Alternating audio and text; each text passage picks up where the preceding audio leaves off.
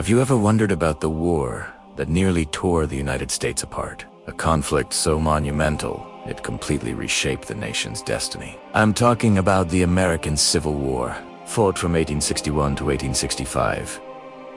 This wasn't a war against a foreign enemy. It was a war of brother against brother, neighbor against neighbor. It remains the deadliest conflict in American history, leaving scars that can still be felt today. But how did it happen? And what were the consequences of this brutal 4-year struggle? Join me as we journey back in time to understand the war that changed the United States forever, from its complicated origins to its lasting impact on the world we live in now. Let's start with the central issue, the one that overshadowed everything else: slavery. By the mid-19th century, the United States was a nation deeply divided. The southern states had an economy built almost entirely on agriculture, particularly cotton, tobacco, and sugarcane. This system was propped up by the forced labor of millions of enslaved African Americans. For the South, slavery wasn't just an economic necessity. It was woven into their social structure and way of life. They saw any threat to this institution as a threat to their very existence. In stark contrast, the northern states were rapidly industrializing. Their economy was based on factories, trade, and small farms. While racism was still widespread in the North, a powerful abolitionist movement was gaining momentum. Abolitionists argued that slavery was a moral abomination and a stain on the nation's soul. As the United States expanded westward, acquiring new territories, the critical question became, would these new states be free or slave states? This debate over the expansion of slavery created immense political tension. Compromises were attempted, but they were like temporary bandages on a gaping wound. Each new state admitted to the Union tipped the fragile balance of power, pushing the North and South further apart until the breaking point was inevitable. The election of Abraham Lincoln as president in 1860 was the final straw for the South. Lincoln and his Republican Party were firmly against the expansion of slavery into the Western territories. Even though Lincoln promised not to interfere with slavery where it already existed, Southern leaders didn't trust him. They believed his presidency signaled the beginning of the end for their way of life. In response, 7 Southern states, led by South Carolina, seceded from the Union. They declared themselves a new nation, the Confederate States of America. This act of secession was seen by the federal government as an illegal rebellion. President Lincoln was determined to preserve the Union at all costs. The stage was set for a confrontation. The spark that ignited the war came on April 12, 1861, at Fort Sumter, a Union fort located in the harbor of Charleston, South Carolina. Confederate forces demanded the fort surrender.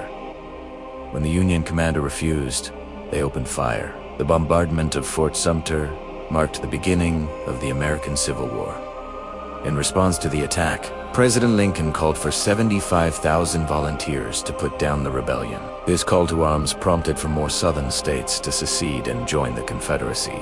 The nation was now officially at war with itself. Both sides initially believed the conflict would be short and glorious. They were tragically mistaken. The war would be defined by a series of incredibly bloody battles. One of the earliest and most shocking was the Battle of Antietam in Maryland in September 1862. It remains the single bloodiest day in American history, with over 22,000 casualties in just 12 hours. Though tactically a draw, it was a strategic victory for the Union, as it halted General Robert E. Lee's first invasion of the North. Then came the Battle of Gettysburg in Pennsylvania, fought over 3 days in July 1863. This was the turning point of the war. Lee's second and final invasion of the North was decisively defeated. The staggering losses suffered by the Confederate Army were so severe that they would never again be able to launch such a large-scale offensive. Pickett's Charge, a doomed frontal assault on the final day, became a symbol of the Confederacy's high-water mark. Meanwhile, in the Western Theater, the siege of Vicksburg was another crucial Union victory. General Ulysses S. Grant's army successfully captured the Confederate stronghold on the Mississippi River. This victory split the Confederacy in two, giving the Union complete control of the vital waterway and crippling the South's ability to move troops and supplies. These battles, and countless others, were made even more horrific by the introduction of modern weaponry like the rifle musket, which was far more accurate and deadly than older firearms. The result was unprecedented carnage. as military tactics had not yet caught up to the new technology. The war wasn't just fought on the battlefield. It was also a moral crusade. This executive order declared that all enslaved people in the rebellious Confederate States were thenceforward and forever free. It was a brilliant strategic move. It transformed the purpose of the war from simply preserving the Union to also fighting for human freedom. The proclamation did unfree all slaves immediate, didn't apply to the border states that remained loyal to the Union, but it fundamentally changed the nature of the conflict. It allowed for the recruitment of African American soldiers into the Union Army, and nearly 200,000 would serve, fighting bravely for their own liberation. It also made it impossible for European powers like Britain and France, who had abolished slavery, to support the Confederacy. The final years of the war saw the Union's superior industrial might and manpower begin to grind the Confederacy down. General Grant, now in command of all Union armies, pursued a strategy of total war. He relentlessly engaged Lee's army in Virginia, while General William Tecumseh, Sherman marched through Georgia and the Carolinas, destroying infrastructure and crippling the South's ability to wage war.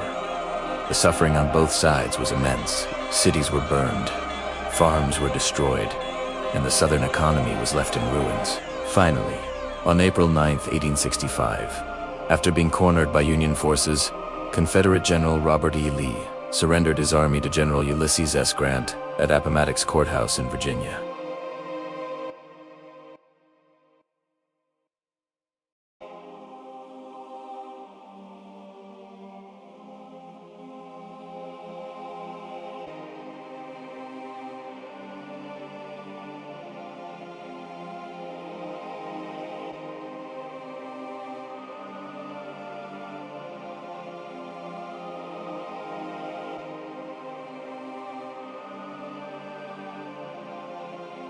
However, the path to true equality was fraught with immense challenges, violence, and political resistance that would continue for generations. The American Civil War was a defining moment in the nation's history. It resolved the question of whether the United States was a collection of sovereign states or an indivisible nation. It ended the institution of slavery, beginning a long and difficult struggle for civil rights. It forged a new, more powerful central government and set the stage for America's emergence as an industrial powerhouse. The war tested the very ideals of the Republic, and though it survived, it was forever changed by the fire and blood of its most profound trial.